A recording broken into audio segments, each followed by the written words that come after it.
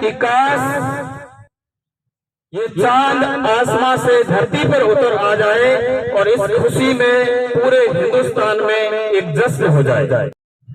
बादलों से भरे हुए आकाश में अटखेलियां करता हुआ सूरज, इस प्यारी सी सुप्रभात का आप सभी को नमस्कार।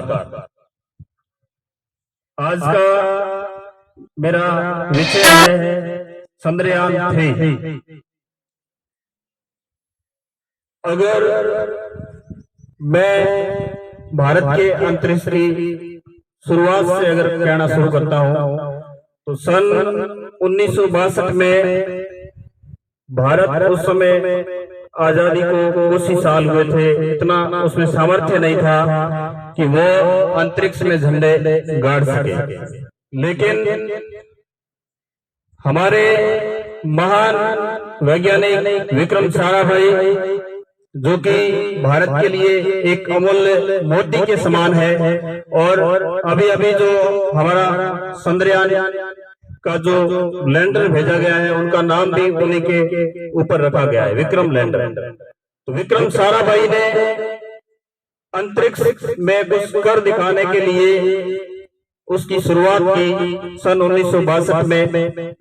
उस समय आप जब भी अंतरिक्ष को लेकर या इसरो को लेकर जब भी गूगल पे सर्च करोगे तो कुछ ऐसे पिक्चर आपके सामने आएंगे जिसमें उपग्रह के कुछ उपकरण जो है वो या तो साइकिल पे लेके जा रहे हैं या बैलगाड़ी के ऊपर लेके जा रहे हैं।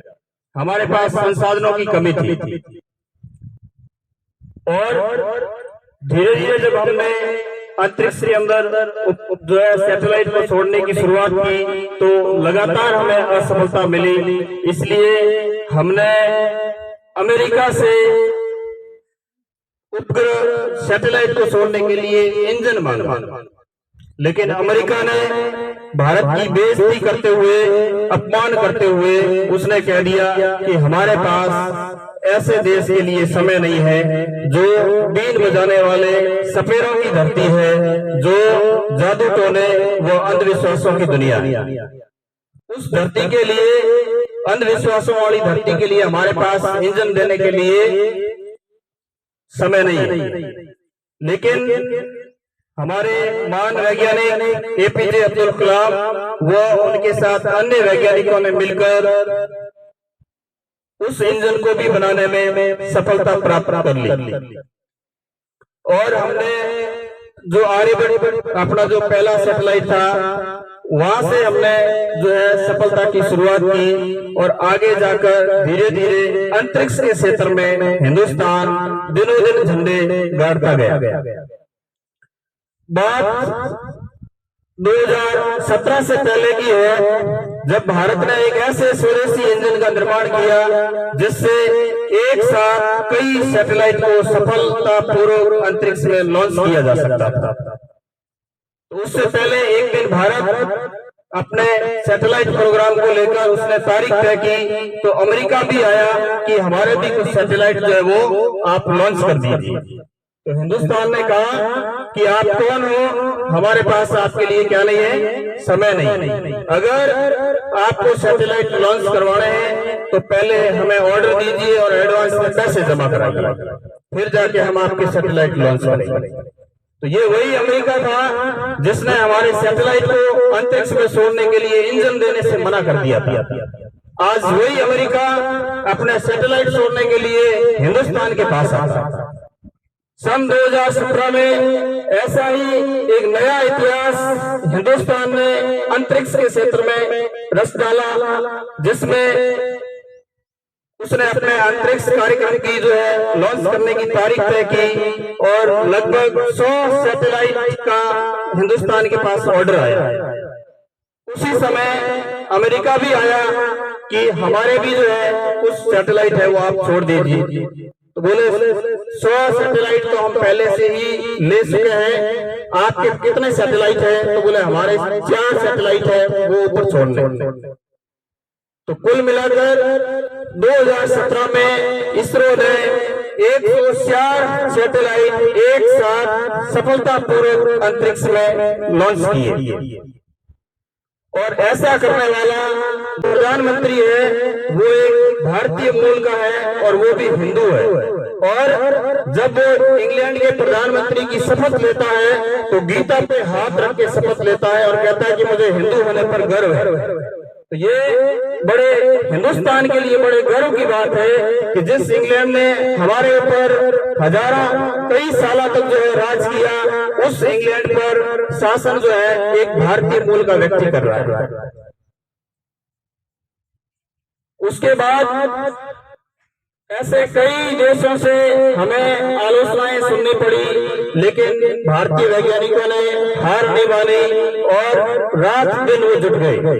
एक वैज्ञानिक का जब चंद्रयान 3 सफल होता है तो उसका बयान आता है कि जब से हमने चंद्रयान 3 के ऊपर काम करना शुरू किया, हमने और जब दुनिया की आलोचना हमने सुनी तो एक हृदय के ऊपर गहरा जख्म हमारे लिए ही नहीं बल्कि हिंदुस्तान के लिए वो हो गया।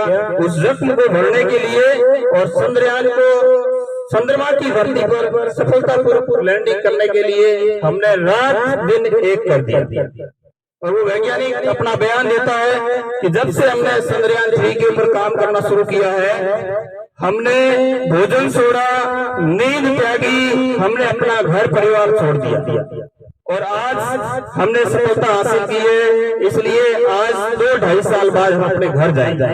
तो ये देशभक्ति होती है या देश के लिए कुछ कर गुजरने का जो जज्बा होता है वो वास्तव में हमें उन इसरो के वैज्ञानिकों से सीख लेनी चाहिए। तो जब चंद्रयान 3 को लॉन्च किया गया तब भी विश्व में से हमें आलोचनाओं और कई ऐसे ट्वीट आए कि आपका चंद्रयान लॉन्च नहीं हो सकता, लेकिन हमारे वैज्ञानिकों ने चंद्रयान 2 के अपमान का बदला लेने के लिए उसमें तकनीकी में संशोधन करके उसको लॉन्च किया। दिन रात जुट गए वो और वो अपने इस एक ही लक्ष्य के साथ जुटे और उन्होंने अपने मन में ठान लिया कि आज हमारे लिए ये काली घनी अंधेरी रात हो सकती है, लेकिन कल को हम चंद्रमा की धरती पर कदम रखने में कामयाब होंगे। तो उन्होंने अपने मन में ठाना कि हमें रात है काली हरगज, हमें रात है काली हरगज, आ रात ढलेला दिन उगेला, मेहनत करते रहिजे मानवी, मंजिल तक मुमकिन पुगेला। भारत के अंदर ही विपक्षी पार्टियों ने सरकार की आलोचना की कि हजारों करोड़ रुपए खर्च कर दिए गए, लेकिन वैज्ञानिकों ने तय कर लिया कि आज जो आलोचना कर रहे हैं वही कल हमारी प्रशंसा कर रहे हैं। तो बुरा केवड़िया आंसू कैसी, सबरा बोल बदल जासी, अरे जज्बे वाली जोत जगा ओ अंधियारो ढल जासी, कायर ने गुण पूछे भाया, हिम्मत रो मान होया करे और कामयाबी री कदर होया करे। सारे वैज्ञानिक अपने मिशन में जुट गए और इन जज्बे वाली साबिशों किस्मत रो तारो खुल जासी और थारो नाम विश्व में अमर हो जासी।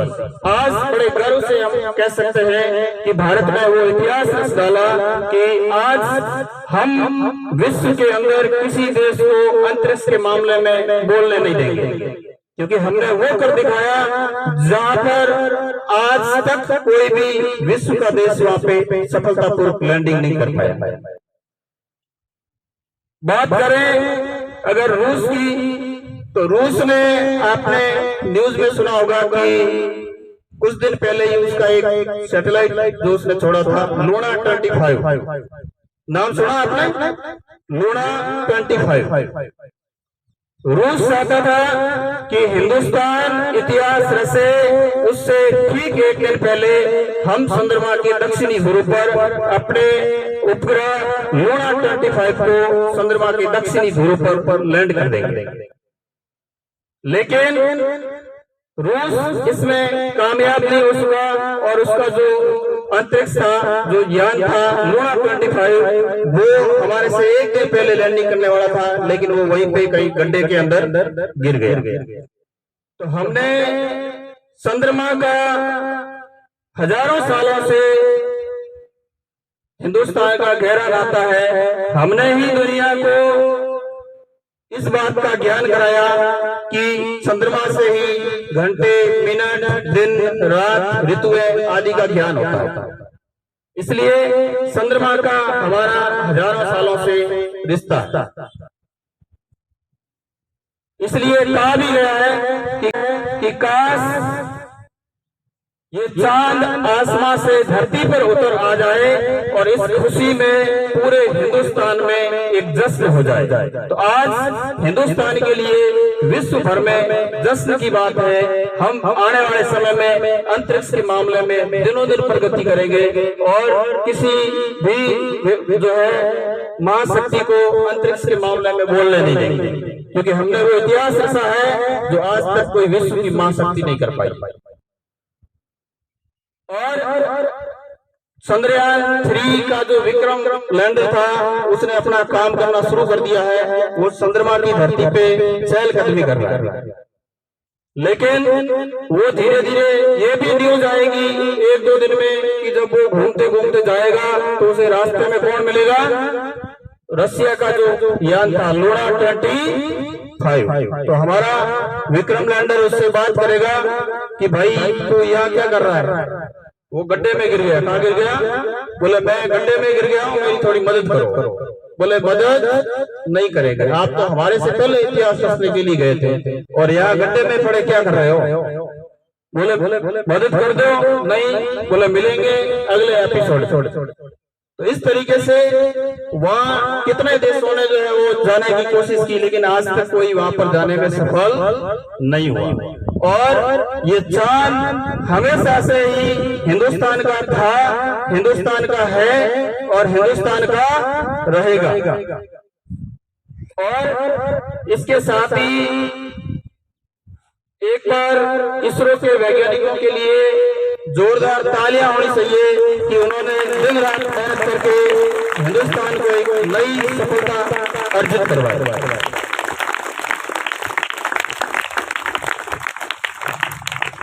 साथ ही